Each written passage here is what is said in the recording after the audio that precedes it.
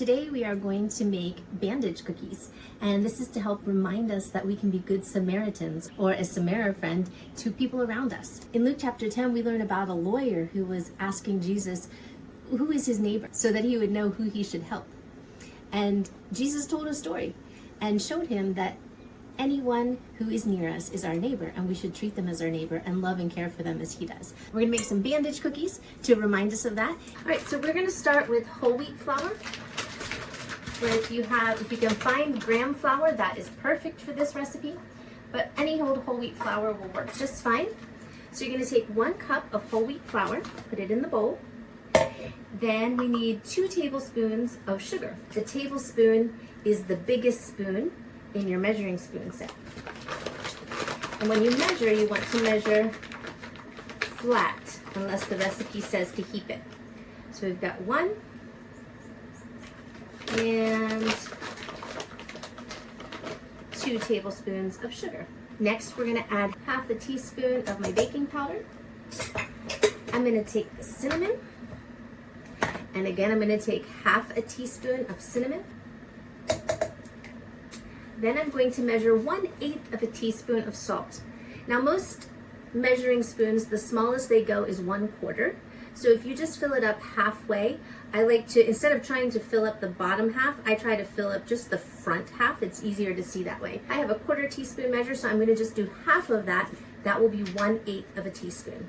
So you can see my 1/4 teaspoon is only filled up halfway, and I put that in my bowl. If you want to right now, you can give it a little bit of a stir, just to kind of mix all of those dry ingredients together.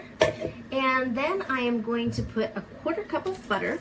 So here's my butter, and then I'm going to put it inside my bowl.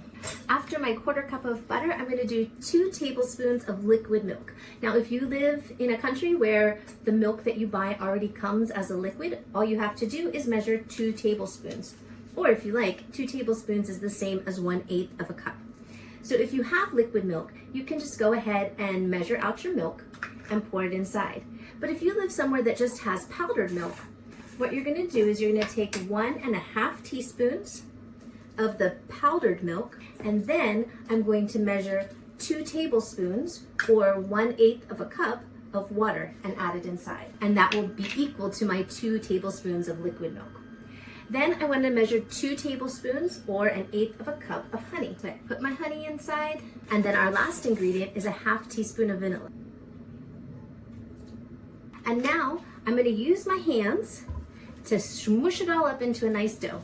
If you want to start with a spoon, you can start with a spoon and kind of get it mixed before you use your hands to kind of knead it. But I'm just going to go ahead and start with my hands, and I'm going to get this all mixed together.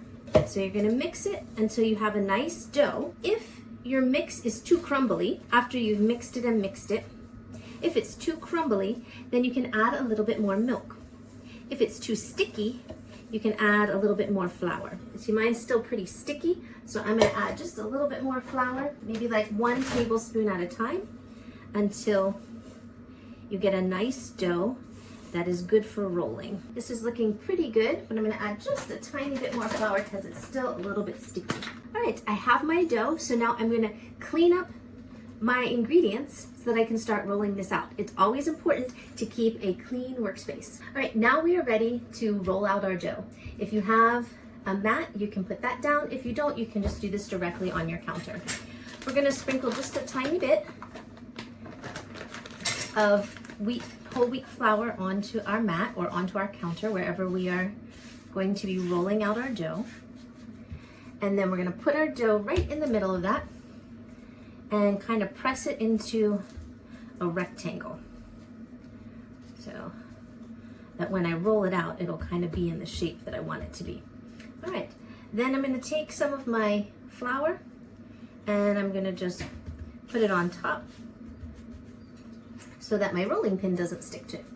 And now I'm gonna roll out my dough until it's about 1/4 of an inch thick. So I wanna roll it out the long way, and I also wanna roll it out the wide way too, so that I get nice and thin. Now see how it's starting to stick to my rolling pin? If it's doing that, just clean off your rolling pin, grab another pinch of flour. You can put some on your rolling pin, And you can put some on the top of your dough just to help it not stick.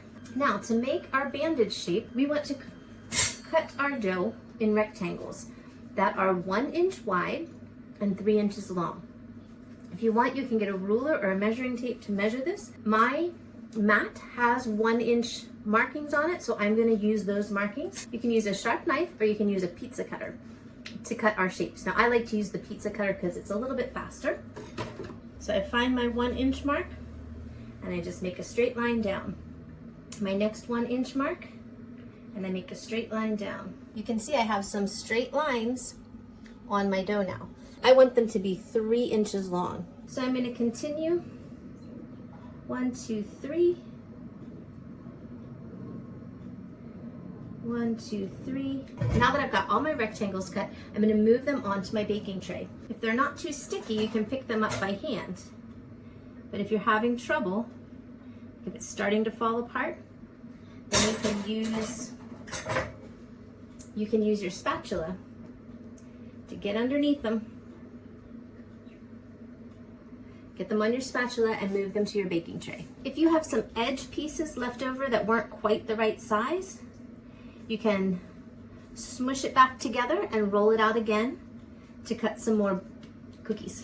We finished rolling out our dough and putting our rectangles onto our tray. So you can see mine are not all quite the same size, but they're about the size of a Band-Aid. So we have one more thing that we need to do before we put them into the oven to make them look like real Band-Aids.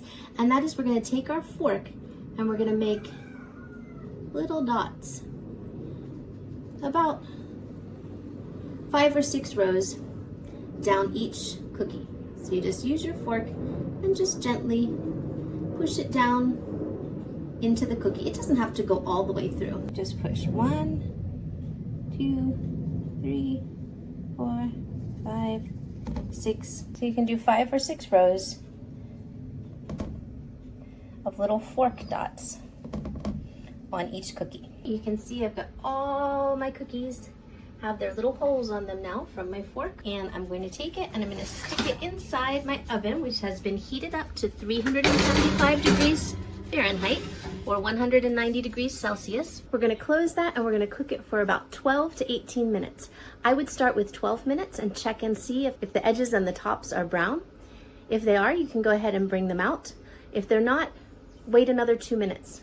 Our Bandage cookies are out of the oven and we're ready to decorate them. So we're going to take Greek yogurt. You take your Bandage, you take a little bit of Greek yogurt and smear it right in the middle, like that middle part of a Band-Aid. And then you take your spoon and get a little dot of jelly and you put it right in the middle of your yogurt. And now we have a Bandage cookie. Invite a friend over, share it with a friend, or share them with your enemy and turn them into a friend. Have fun making your Bandage cookies, and remember, God first loved us and He wants us to show His love to others as well.